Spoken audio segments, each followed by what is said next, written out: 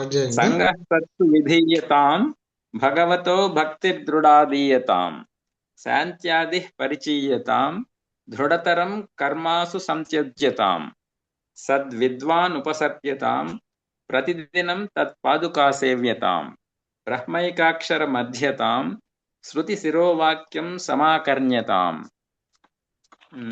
ఇదే ఫస్ట్ది. దీనిలో ప్రతి శ్లోకంలో 8 క్వాలిటీస్ చెప్తారు. ఆయన మొత్తంగా 40 క్వాలిటీస్ చెప్పారు. ఈ సెకండ్ శ్లోకంలో కూడా 8 చెప్తారు. అంటే ఫస్ట్, వివేకవంతుల సాంగత్యం చెయ్యి, భగవంతుని పట్ల దృఢమైన భక్తిని పెంపొందించుకో, శాంతి ఆదిగా గల గుణాలను అలవర్చుకో, స్వార్థపూరితమైన కర్మలను పరిత్యజించు, గురువులను సేవించు, అట్టి గురువుల శుశ్రూష చెయ్యి, ఓంకారాన్ని సాధన చెయ్యి, వేదాల సారమైన ఉపనిషద్ వాక్యాలను మననం చేసుకో. ఇది శివానంద లహరి శ్రీ శంకర భగవత్పాదుల నుంచి తీసుకుంటున్నాను. త్రైవేద్యం హృద్యం త్రిపురహర మాద్యం త్రినయనం జటాభారోదారం చలదురగహారం మృగధరం మహాదేవం దేవం మై సదయ భావం పశుపతిం చిదాలంబం సాంబం శివమతి విడంబం హృది భజే. దీన్ని శివుని ప్రతిష్ఠిస్తూ 3 వేదములచే తెలియదగిన వాడను, మిక్కిలి మనోహరమైన వాడును, త్రిపురాలను సంహరించిన వాడును, సృష్టికి పూర్వమే ఉన్నవాడు, 3 కన్నుల కలవాడు, పెద్ద జటాజుటం కలవాడు, కదులుతున్న పాములు కలవాడు, లేడిని ధరించిన వాడైన దేవుణ్ణి నా యందు దయతో కూడిన హృదయం కలిగి ఉండమని ప్రార్థిస్తూ చెప్తున్నారు. ఇది 11వ శ్లోకం అండి.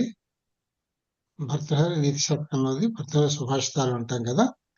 శక్యో వారయతం జలేన హుతభుక్షేత్రేణ సూర్యాతప్తో నాగేంద్రో నిశతాంకుశేన సమదో దండేన గౌగర్దభౌ వ్యాధిర్భేషజ సంగ్రహశ్చ వివిధ మంతైర్ప్రయోగ్విషం సర్వౌషధామస్తి శాస్త్రవిహితం మూర్ఖస్య నాస్త్యౌషధం. శక్యో వారయితుం జలేన హుతభుక్ చిత్రేణ సూర్యతపో నాగేంద్రో నిశితాంకుశేన సమదో దండేన గోగర్దభౌ వ్యాధిర్భేషజ సంగ్రహైః చ వివిధైర్ మంత్రప్రయోగైః విషం సర్వస్యౌషధమస్తి శాస్త్రవిహితం మూర్ఖస్య నాస్త్యౌషధం. హుతభుక్ అంటే అగ్ని, అంటే హోమం చేయబడిన వాడు అటండి, భోజనం చేసేవాడు అని అర్థం. హుతభుక్ అగ్ని, హుతభుక్ జలేన, జలేన అంటే తృతీయ ప్రయోగం, నీటితో, అంటే అగ్నిని నీటితో, సూర్యతప సూర్యతాపాన్ని ఛత్రేణ గొడుగుతో, సమద మదించిన నాగేంద్ర ఏనుగుని నిశితాంకుశేన నిశిత అంకుశేన పదునైన అంకుశంతో, వారయితుం శక్య వాటిని ఆప్ చేయడం అనేటటువంటిది శక్యమైన విషయము. అలాగే గోగర్దభౌ అంటే గో అంటే పశువులు, గోవులు, గోజాతి, గర్దభ అంటే గాడిద జాతి. భౌ ఎందుకు పడారు మీకు అర్థమై ఉండాలి. గోగర్దభౌ ఇక్కడ గోవులు గాడిదలు అన్నాడు కనుక ద్వివచనం వాడి అవు పెట్టాడు. మనం ద్వివచనంలో మనం ప్రథమ విభక్తిలో ఆహా అవు ఆహా అని చెప్పుకున్నాగా, అదనమాట ఈ అవు. ఇక్కడ గోగర్దభౌ అంటే ఈ 2 కలిపినప్పుడు ద్వివచన ప్రయోగం వాడాడు.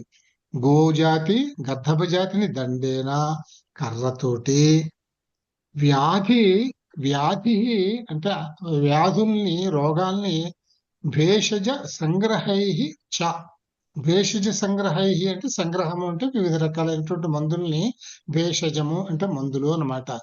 భిషజ్ అనేది అక్కడ ప్రాతిపదికం అని చెప్పానే, భిషజ్ అంటారు. ఈ భిషజ్ లో నుంచి వచ్చి నౌన్ ఫర్ భిషక్, మీరు వినుంటారు ఆయుర్వేద భిషక్ అని అంటాం కదా. భిషక్ అంటే వైద్యుడు అని అర్థం అనమాట. అంచేత భేషజము అంటే మందులు అనమాట. అందులో నుంచి వచ్చింది భిషజ్ అనేటటువంటి మాటలో నుంచి వచ్చినటువంటిది మందులు అనేదానికి అర్థం ఇది. సో మందులు ద్వారా అనేక వ్యాధుల్ని, అలాగే విషాన్ని పాయిజన్ ని వివిధై మంత్ర ప్రయోగై వివిధాలైన మంత్ర ప్రయోగాల చేత, అంటే తేలు మంత్రం పావు మంత్రం అని ఉంటాయి కదా, అట్లా విషం ఎక్కితే ఆ మంత్రాల చేత, ఈ విధంగా శాస్త్ర విహితం శాస్త్రం చేత చెప్పబడినటువంటివి సర్వస్య వీటన్నింటికీ కూడా ఔషధం అస్తి, ఔషధం ఉన్నది. కానీ మూర్ఖస్య ఔషధం నాస్తి. నాస్తి ఔషధం, నాస్తి ఔషధం. మూర్ఖస్య ఔషధం నాస్తి. మూర్ఖుడికి ఔషధం అనేటటువంటిది లేదు. అంటే వాడు మూర్ఖత్వాన్ని తగ్గించడానికి ఒక మందు అనేది ఏమీ లేదు, ఒక విధానమే లేదు. వీటిని దండించవచ్చును, ఇంకో విధంగా కంట్రోల్ చేయొచ్చును, లేదు మంత్రాలు వేయొచ్చును, కానీ మూర్ఖుడి మూర్ఖత్వాన్ని మాత్రం మనం పోగొట్టలేము అని. ప్రథమ పురుష ఏకవచనం తరతి, ద్వివచనం తరతః, బహువచనం తరంతి. మధ్యమ పురుష తరసి, తరతః, తరథ. ఉత్తమ పురుష తరామి, తరావః, తరామః. ఓకే, అంటే తర అంటే స్విమ్మింగ్ తెలుసు కదా. ఓకే, దెన్ గాయ్ గై అంటే సింగ్. గాయ్. ప్రథమ పురుష గాయతి, ద్వివచనం గాయతః, బహువచనం గాయంతి. మధ్యమ పురుష గాయసి, గాయథః, గాయథ.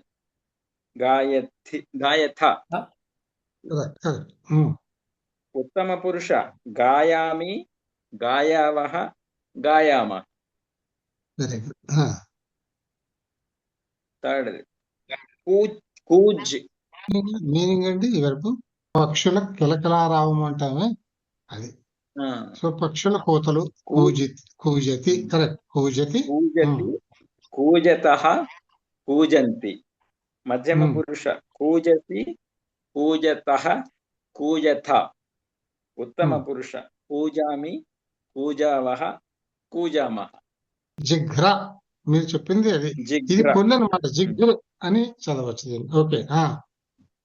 జిఘ్ర, జిఘ్రతి, జిఘ్రతః. అంటే ఏమిటి? జిఘ్రతి అంటే ఏమిటి? వాసన చూడాలి. స్మెల్లింగ్. జిఘ్రతి. జిఘ్రతి, జిఘ్రతః, జిఘ్రంతి.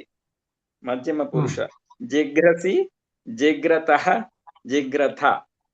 ఉత్తమ పురుష జిఘ్రామి, జిఘ్రావః, జిఘ్రామః. Wonderful, thank you. సో అభ్యాసం 77. వర్తమాన కాలే త్రిషు పురుషేషు వివిధ క్రియాపదానాం ప్రయోగః. వర్తమాన కాలే ఇన్ ది ప్రెజెంట్ టెన్స్ త్రిషు పురుషేషు ఇన్ ది 3 persons వివిధ క్రియాపదానాం వేరియస్ వెర్బ్ ఫార్మ్స్ ప్రయోగః. Usage of various verb forms అని అర్థం. అహం పఠామి. ఇక్కడ ఇంకా నేను ఇది మళ్ళీ మనం చదివించడం ఇక్కడ అనవసరం, ఎందుకంటే ఇవి మీకు బాగానే వచ్చేసాయి. అహం అంటే పఠామి, ఎందుకని ఇక్కడ అహం వచ్చింది కనుక ఇక్కడ మనకు ఉత్తమ పురుష ఫారం రావాలి. పట్టుకి పఠామి. ఇప్పుడు పైన చేసిన ఫారమ్స్ ప్రాక్టీస్ లోకి వస్తే ఇది మీరు ఎక్కువసేపు గుణించుకోక్కర్లేకుండా చెక్ చెక్ చెక్ అని చెప్పగలుగుతారు అన్నమాట. అహం పఠామి, బాలకః లిఖతి, సహ ధావతి, రమేషః గచ్చతి. చెప్పండి, పర్లేదు చెప్పండి. త్వం క్రీడసి, యువాం అసతః. ఆవాం అంటే అహం, ఆవాం వయం కదా. అహం పశ్యామి, ఆవాం పశ్యావహ, వయం పశ్యామహ అని వస్తుంది. అంటే ఆవాం పశ్యావహ అని వస్తుంది. ఓకేనా. ఉత్తమ పురుషంలో ఆమి, ఆవహ, ఆమహ. మధ్యమ పురుషంలో సి, థహ, థ. ప్రథమ పురుషంలో తి, తహ, అంతి. అంతే, ఇలాగే అంతి. అది అలా గుర్తు పెట్టేసుకుంటే సరిపోతుంది. ఓకే. బాలకౌ లిఖతః, వయం ధావామః.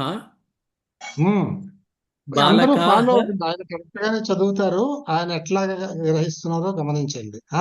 గచ్చంతి, యువాం క్రీడావః, ఆవాం హసావః. యువాం ఏం చెప్పారు మీరు? యువాం ఏం చెప్పారు? క్రీడావః అని చెప్పానండి. వహ అంటే అది మీరు ఉత్తమ పురుషులోకి వెళ్ళారు కదా. ఇక్కడ యువాం అంటే క్రీడాథః.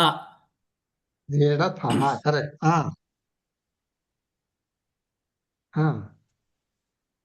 ఆవాం హసావః. యూయం యూయం పశ్యథ. పశ్యత. ఓకే. ఇంకొకటి ఇది కూడా చెప్పండి. అహం. ఇది చెప్పారు. అహం నమామి తౌ గచ్చతః. ఓకే, ఇక్కడికి మనం ఆపేద్దాం ఇది. సో ఈ విధంగా మీరు ఎక్సర్సైజ్ అంతా చెయ్యండి. సహ నయతి రామః త్యజతి యువాం పఠతః ఛాత్రాః ప్రవిశంతి మూర్ఖాః నిందంతి. ఇవి ద్వితీయ ఏకవచన ప్రయోగాః. అంటే ఇక్కడ ద్వితీయ అంటే ఇక్కడ చూడండి, ఇంతవరకు నేను మీకు ఎప్పుడు చెప్పాను, నేను ప్రథమ విభక్తి మనం చదువుకుంటూ వచ్చాము. ఇప్పుడు ఇక్కడ ద్వితీయ విభక్తిని ఇంట్రడ్యూస్ చేస్తున్నాడు. ద్వితీయ విభక్తిలో కూడా మళ్ళీ యాజ్ యూజువల్ ఏకద్వి బహువచనాలు ఉంటాయి. ఇక్కడ ద్వితీయ విభక్తిలో ఏకవచనం ఇక్కడ ప్రయోగంలో చెప్పాడు. ఇక్కడ రెండు బాలకః విద్యాలయః అంటే కుర్రాడు స్కూలు. ఈ రెండు బొమ్మలకి ఏముంటుంది? కుర్రాడు స్కూల్కి వెడుతున్నాడు. బాలకః మనం ఏమంటాము? స్కూల్కి వెడుతున్నాడు అన్నప్పుడు ఆ కీ అన్నామంటే ఇక్కడ విభక్తి వచ్చింది. ఇలాంటి చోటకి సంస్కృతంలో ఇక్కడ ద్వితీయ విభక్తి వాడతాం మనం. బాలకః విద్యాలయం, విద్యాలయః అంటే ప్రథమ విభక్తి, విద్యాలయం అంటే ద్వితీయ విభక్తి. అన్ని అమ్మని వస్తాయి అన్నమాట ద్వితీయాలు. అంచేత బాలకః విద్యాలయం గచ్చతి. మనం తెలుగులో బాలకః విద్యాలయం గచ్చతి, బాలకుడు స్కూలుకి వెడుతున్నాడు అని అంటే తెలుగులో స్కూలుకి అంటే మీరు పొరపాటు పడకూడదు. అక్కడ షష్ఠీ విభక్తి వాడుతున్నాం మనం. కి అంటే కింకుని యొక్క లోపల మనం చదువుతాం కదా, అది షష్ఠీ తెలుగులో. కానీ సంస్కృతంలో ఇలా చెప్పాల్సి వచ్చినప్పుడు షష్ఠీ వాడం, ద్వితీయ విభక్తి వాడతాం. ఇది ఇక్కడ యాక్చువల్గా షష్ఠీ వాడాల్సి వస్తుంది. తెలుగుని కరెక్ట్ గా ట్రాన్స్లేట్ చేయాలంటే బాలకః విద్యాలయస్య గచ్చతి అని రావాలి. స్కూలుకి అంటే షష్ఠీ వాడితే విద్యాలయస్య, కానీ అది తప్పు. అది అలా వాడకూడదు. బాలకః విద్యాలయం గచ్చతి, స్కూలుని. మరింత బ్రీఫ్ గా ఇంతవరకు మనం చదువుకున్నది ఒక్కసారి రివ్యూ చేద్దాం. ఎందుకంటే స్టిల్ నేను క్రియారూపాలు తర్వాత ఈ నామరూపాలు మ్యాచ్ చేయమంటే ఎప్పటికీ ఆ మూడు పురుషాల మధ్యన కొంచెం ఇంకా తడబడుతున్నారు, టైం తీసుకుంటున్నారు. ఇంకొంచెం ఎక్కువ అర్థం కావాలి. నేను అడుగుతాను ఒక్కొక్కరిని, నాకు చెప్పండి. సంస్కృత భాషాయా కతి వచనాని సంతి? ఆన్సర్ మీద. కతి వచనాని సంతి, ఎన్ని వచనాలు ఉన్నాయి? ఓకే, అంతేనా? అంతే. అంటే నేను మీకు సంస్కృతంలో జవాబు చెప్పాలి. సంస్కృత భాషాయాం కతి వచనాని సంతి? ఆన్సర్ స్టార్ట్స్ విత్ సంస్కృత భాషాయాం అని త్రీణి సంతి. వచనాని సంతి. ఏకవచనం, ద్వివచనం, బహువచనం. సంస్కృత భాషాయాం కతి పురుషాని సంతి? సంస్కృత భాషాయాం త్రీణి పురుషాని సంతి. కిం కిం? కాని కాని? తాని ప్రథమ పురుషः, మధ్యమ పురుషः, ఉత్తమ పురుషः. Correct, wonderful. మధ్యమ పురుషే ఏకవచనే శబ్దః అస్తి త్వం. మధ్యమ పురుషే త్రీణి శబ్దాని త్వం, యువాం, యూయం. చెప్పండి. ఏకవచనే ఏకవచనే మధ్యమ పురుషే త్వం, యువాం, యూయం. అలా వద్దు, మొత్తం చెప్పండి, అలవాటు అవుతుంది. మధ్యమ పురుషే ద్వివచనే యువాం, అట్లా చెప్పండి. మధ్యమ పురుషే ఏకవచనం త్వం, ద్వివచనం యువాం, బహువచనం యూయం. సంస్కృత భాషాయాం ఉత్తమ పురుషే అహం, ఆవాం, ఉత్తమ వయం. పురుషే ఏకవచనే అహం. సంస్కృత భాషాయాం ఉత్తమ పురుషే ఏకవచనం అహం, ద్వివచనే వయం. అహం. ఉత్తమ పురుషే ఏకవచనే అట్లాగే అహం. ఉత్తమ పురుషే ఏకవచనే అహం, ద్వివచనే వయం, ఉత్తమ ద్వివచనే ఆవాం, ద్వివచనే ఆవాం, ఆవాం, బహువచనే వయం. వండర్ఫుల్, వెరీ గుడ్, బాగా చెప్పారు. ఇప్పుడు నాకు ఎండింగ్స్ నేను అడుగుతాను. ప్రథమ పురుషే ఏకవచనే ద్వివచనే పఠతి పఠతః తః, బహువచనే బహువచనే అంతి. కరెక్ట్. సిమిలర్లీ మధ్యమ పురుషే మధ్యమపురుషే ఏకవచనే సి, ద్వివచనే ఠః, బహువచనే తః. థా. సి ఠః త. Okay, good. ఉత్తమపురుషే ఏకవచనే మీ, గచ్చామి, గచ్చావః, గచ్చామః. ఆమి అని మీ, చెప్పాలి. ఆమి, ఆమి, మీ కాదు, ఆమి. ఆమి, ఆమి. ద్వివచనే వః, ఆవహ, ఆ పెట్టండి. ఆవహ, ఆవహ. బహువచనే ఆమహ. మనం ఇంతవరకు చదివిన మొత్తం సంస్కృత భాషలో నామశబ్దాలు ఉంటాయి, క్రియాశబ్దాలు ఉంటాయి. That the first sentence. Second one, వీటిల్లో నామశబ్దాలు గాని క్రియాశబ్దాలు గాని 3 వచనాలు ఉంటాయి. ఏకవచనం, ద్వివచనం, బహువచనం. 3 పురుషాలు ఉంటాయి. ప్రథమ పురుషం, మధ్యమ పురుష, ఉత్తమ పురుష. ఇంతవరకు మనం చదువుకున్నది మొత్తం. ఇందులో శబ్దాల్ని ఐడెంటిఫై చేయడం ఎలాగంటే, ఎండింగ్స్ ఎలా ఉన్నాయి అంటే, ప్రథమ పురుషంలో మనకి నామశబ్దాలకైతే పుల్లింగంలో ఏముంటాయి? అహ, ఔ, ఆహ. నామశబ్దాలకి ప్రథమ పురుషంలో స్త్రీలింగంలో అయితే ఆ, ఏ, ఆహ. ప్రథమ పురుషంలో ఈకారాంత స్త్రీలింగ శబ్దంలో ఈ, యౌ, యహ అని చెప్పాలి. నపుంసకలింగం శబ్దంలో ఏముంటాయంటే అం, ఏ, ఆని అని వస్తాయి. ఇంతే గుర్తుపెట్టుకోవాల్సింది ఇవి. అదే క్రియారూపాలకు వచ్చినప్పుడు ప్రథమ పురుషంలో ఏక, ద్వి, బహువచనాల్లో క్రియారూపాల్లో తి, తహ, అంతి అని వస్తాయి. మధ్యమ పురుషంలో సి, థహ, థ అని వస్తాయి. ఉత్తమ పురుషంలో ఆమి, ఆవహ, ఆమహ అని వస్తాయి. ఇంకిప్పుడు మీరు ఎప్పుడైనా కానీ నేను ఒక వర్బ్ నేను ఫర్ ఎగ్జాంపుల్ వదామహ, నాకు ఇప్పుడు ఇది వదామహ అనేది ఏ పురుషంలో ఏ వచనంలో ఉందో చెప్పండి. ఉత్తమ పురుష బహువచన. హసామి ఏ పురుష ఏ వచనం? ఉత్తమ పురుష. 3 ఉన్నాయి. ప్రథమ పురుషంలో తీతః అంతి. ఒక్క సెంటెన్స్ లో చెప్తున్నా. ప్రథమ పురుషంలో తీతః అంతి, మధ్యమ పురుషంలో సి, థహ, థా, ఉత్తమ పురుషంలో ఆమి, ఆవహ, ఆమహ. ఇందులో డౌటే ఉంది. ఇప్పుడు ఐసే లిఖావహ. నాకు చెప్పు, ఇది ఏ పురుష ఏ వచనం? లిఖావహ. ఉత్తమ పురుష ద్వివచనం. మీకు ఇంకొక 2 జనరల్ పాయింట్స్ ఏమిటంటే, ఇంతవరకు మనం చూసిన క్రియారూపాలన్నీ కూడా మనం వర్తమాన కాలంలో చూసాం. వర్తమానం, భూతకాలం, భవిష్యత్ కాలం. వర్తమానం మీన్స్ ప్రజెంట్ టెన్స్, భూతకాలం మీన్స్ పాస్ట్ టెన్స్, భవిష్యత్ మీన్స్ ఫ్యూచర్ టెన్స్. ఇంతవరకు మనం చూసిన నామశబ్దాలన్నీని ప్రథమా విభక్తిలోనే చూసాం. ప్రథమా విభక్తి. విభక్తి అని అంటే ఏమిటండి? నేను పండు తింటున్నాను అన్నాను అనుకో, పండుని తింటున్నాను అన్నీ అన్నామే, అది విభక్తి. సంబంధాన్ని చెప్పేటటువంటి దాన్ని విభక్తి అని అంటాం. అది అంచేత ఈ విభక్తులు 7 రకాలైన విభక్తులు ఉంటాయి. ఇది కూడా నేను చెప్పాను. మెయిన్ విభక్తులు 7 వరుసగా నెంబర్సే. ప్రథమ, ద్వితీయ, తృతీయ, చతుర్థి, పంచమి, షష్ఠి, సప్తమి. 7 విభక్తులు చెప్పాం మనం. 8వ విభక్తి ప్రథమా విభక్తిలోదే ఒక విభాగం అనుకోవచ్చు. సంబోధన ప్రథమ.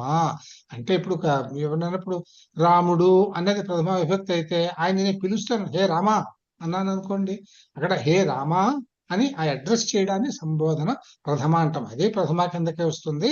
అయితే అది ఒక వర్డ్ కింద, ఒక శబ్దం కింద చెప్పడం వేరు, అడ్రస్ చేసేలా చెప్పడం వేరు. ఈ రెండింటిని ప్రథమా విభక్తి, సంబోధన ప్రథమా విభక్తి అని అంటాం. ఈ రకంగా మొత్తం 8 మెయిన్ విభక్తులు 7. ఇంతవరకు మనం చదివినవన్నీ కూడా విభక్తి రూపాలు దేనికి ఉంటాయండి? నామశబ్దాలకు ఉంటాయి. ఈ నామశబ్దాలు అన్ని కూడా ఇంతవరకు మనం చదివినవి ఏదన్నా తీసుకోండి మీరు, అన్ని మనం ప్రథమా విభక్తిలోనే చదివాం మనం. ఇప్పుడు మనం ద్వితీయ విభక్తికి ఇంట్రడ్యూస్ అవుతున్నాం. అదే మన ప్రజెంట్ లెసన్ కనుక కొంచెం దాన్ని మనం చదువుదాం ఇప్పుడు. ద్వితీయ స్తవక ప్రథమ పాఠ ద్వితీయ. అంటే ద్వితీయ అంటే అర్థం ఏంటంటే ద్వితీయ విభక్తి అని అర్థం. ద్వితీయ విభక్తి.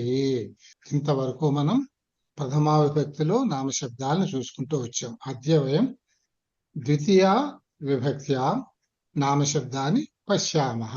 ఇవాళ మనం ద్వితీయ విభక్తిలో నామశబ్దాల ప్రయోగాన్ని చూస్తాము. ద్వితీయ అంటే ద్వితీయ విభక్త్యా, ఇక్కడ చూడండి సబ్జెక్టు బాలకః, విద్యాలయః అనేది ఇదొక నౌను, ఇదొక నౌను. ఇక్కడ క్రియ ఏం జరుగుతుందండి? గచ్చతి.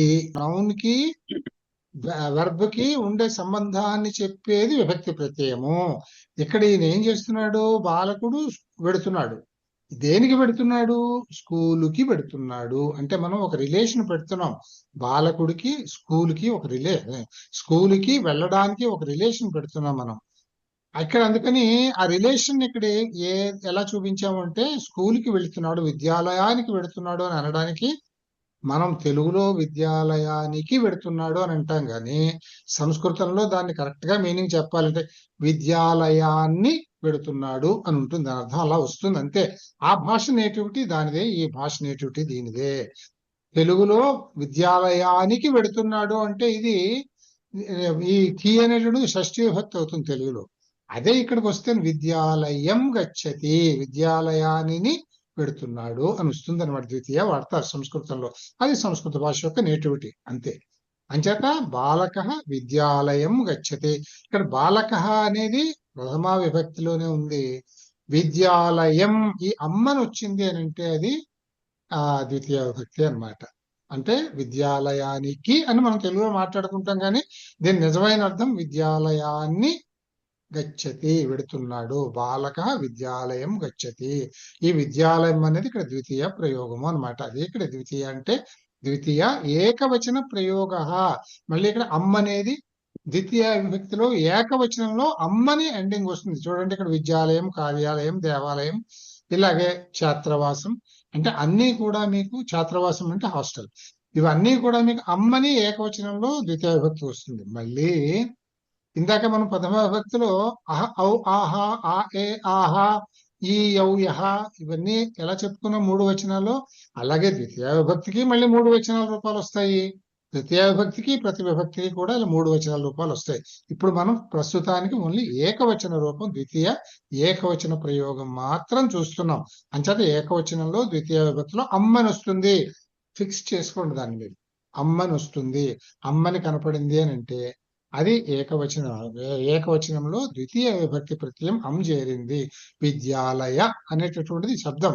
విద్యాలయ అని అంటే అది ప్రథమ విభక్తి. విద్యాలయం అంటే ద్వితీయ విభక్తి. రామ అంటే ప్రథమ విభక్తి. రామం అంటే రాముణ్ణి అని అర్థం, అది ద్వితీయ విభక్తి.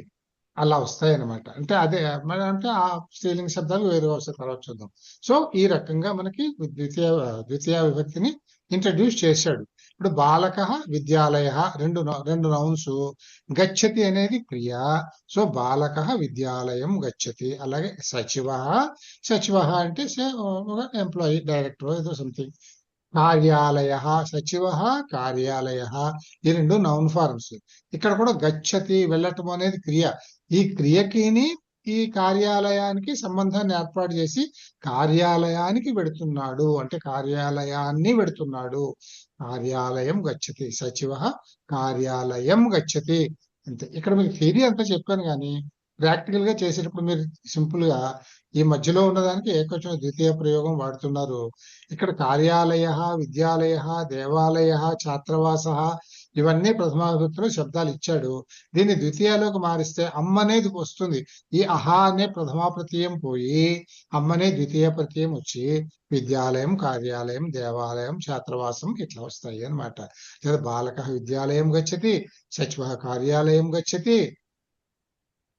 జనక దేవాలయం గచ్చతి, అన్ని అలాగే. ఛాత్రవాస అన్నది ఛాత్రవాసం గచ్చతి అంటే the boy is going to the hostel. కృషక గ్రామం గచ్చతి, వీడు గ్రామానికి వెడుతున్నాడు. గ్రామ గచ్చతి, కృషక గ్రామం గచ్చతి. ఈ విధంగా ఉన్నాయి కదా. ఇక్కడ నాకు జస్ట్ దీన్ని చదివేసేయండి, నాకు చాలు. బాలకః